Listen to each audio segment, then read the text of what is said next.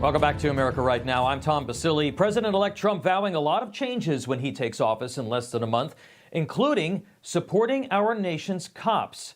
Is the dangerous and deadly Democrat Defund the Police movement finally dead?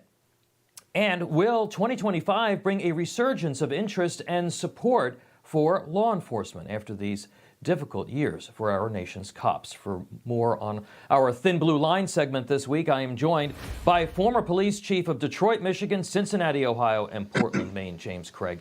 Also with us is the founder and the president of Citizens Behind the Badge, Craig Floyd. Mr. Floyd, first of all, gentlemen, good to see you both. Merry Christmas to you. Mr. Floyd, I want to start with you because you wrote a very interesting piece on this topic in the Daily Signal. You believe that defund is finally DOA. Tell us why. Well, let's not call it dead. Let's say it's on life support, Tom. It's been a disaster. It started in 2020. Cities and towns across this country cut hundreds of millions of dollars from their police budgets. Crime was rampant. We hadn't seen violent crime at this rate since the early 1990s. And we lost about 37,000 talented and experienced police officers. That was the damage that was done. So last month, the voters in this nation said enough is enough. But we're sick and tired of politicians that are coddling criminals instead of supporting our police. We saw Donald Trump soundly defeat Kamala Harris, who was an early and strong supporter of the Defund the Police movement.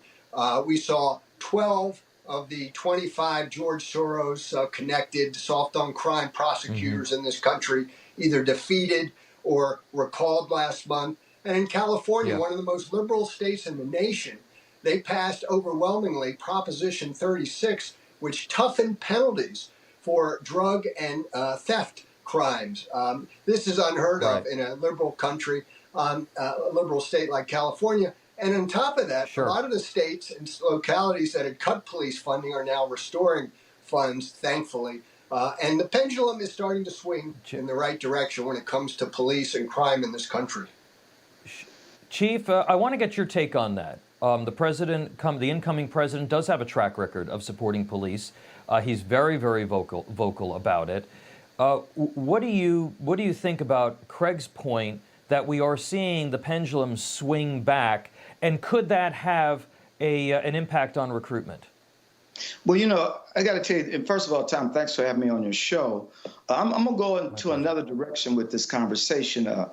I agree that President Trump incoming, that's going to certainly make a difference in setting the tone nationally for our support for police officers. But here's the real challenge. Everything starts at the local level.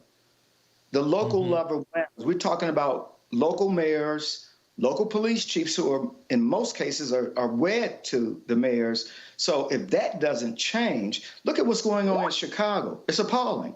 That mayor is clueless. But this defund the movement was doomed for failure right from the beginning. Because first and foremost, the few on the very far left were the ones pushing this ridiculous movement. It didn't work. But what was missed in this whole thing, and the voters spoke out resounding by saying, look, that's not what we want. We want safe cities. And what many of these mayors and police chiefs in some instances have forgotten, the number one priority of a mayor is to do what? Protect his citizens. And that didn't happen. You look at New York, the mayor is a police officer. Now, while he's doing a 360 right now, surprisingly, when we kind of understand why, but New York, Chicago has made the loudest noise, especially black Chicagoans, who says, wait a minute, you let illegal criminals come in, you support them, but you do nothing for us. So guess what? We're going to turn Chicago red. Fortunately, here in Detroit, when I was police chief and we saw what happened in many cities across our country in 2020, Detroit didn't burn. There was a reason for it. Number one, the mayor supported me as a police chief. The mayor understood he wanted a safe city, and we weren't going to bow down like LA's, the Philadelphia's, the New York's. But conversely, we supported the people who matter, U.S. citizens who live and pay taxes in our country. And that's why I want to get to this issue of immigration and talking about the Trump policy which is going to be, at least at a minimum, locating and deporting nearly 1 million criminal aliens that are in these cities. Craig, this is an opportunity for, I think that's a motivating factor for cops who want to get these guys off the street. But you also have mayors who are saying, no, we're not going to allow our police officers to cooperate with the federal government. We're going to create this sort of standoff. It's kind of it could be a positive, but it could certainly be a cudgel against our police officers, this policy. Your thoughts on that? Well, illegal immigration, we've seen, is a huge problem in cities and towns across this nation. And in fact, it ties directly into the Defund the Police movement. What we're having to do is reallocate funds from law enforcement and public safety and turn it over to housing and feeding the illegal migrants that are now flooding cities and towns across this country. And we've seen rampant crime being committed by these illegal aliens. We saw it in stark nature in New York City recently, where a woman was set on fire on a subway train by an illegal immigrant who had been deported once and had found his way back into the United States and set this woman on fire. She was asleep. It's one of the most heinous, horrible crimes I think this nation has ever seen. I need to get the chief to respond to this, because this is going to be, to your point about local support,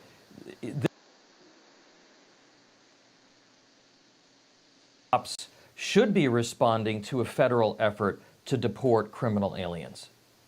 Absolutely. Let's face it. Again, I said the local level.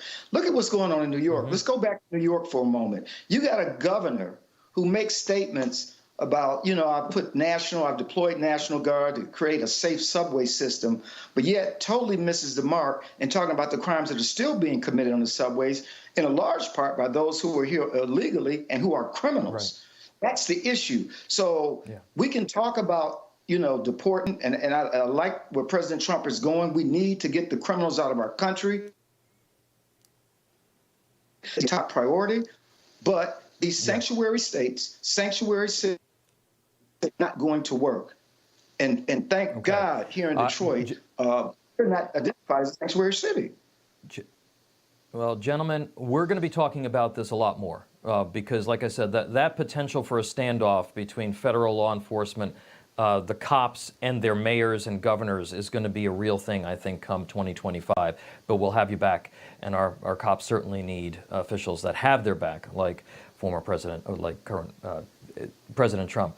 All right, we'll have you back in the new year. Chief James Craig and Craig Floyd from Citizens Behind the Badge. Appreciate you both, gentlemen. Thank you. Thank you, Tom.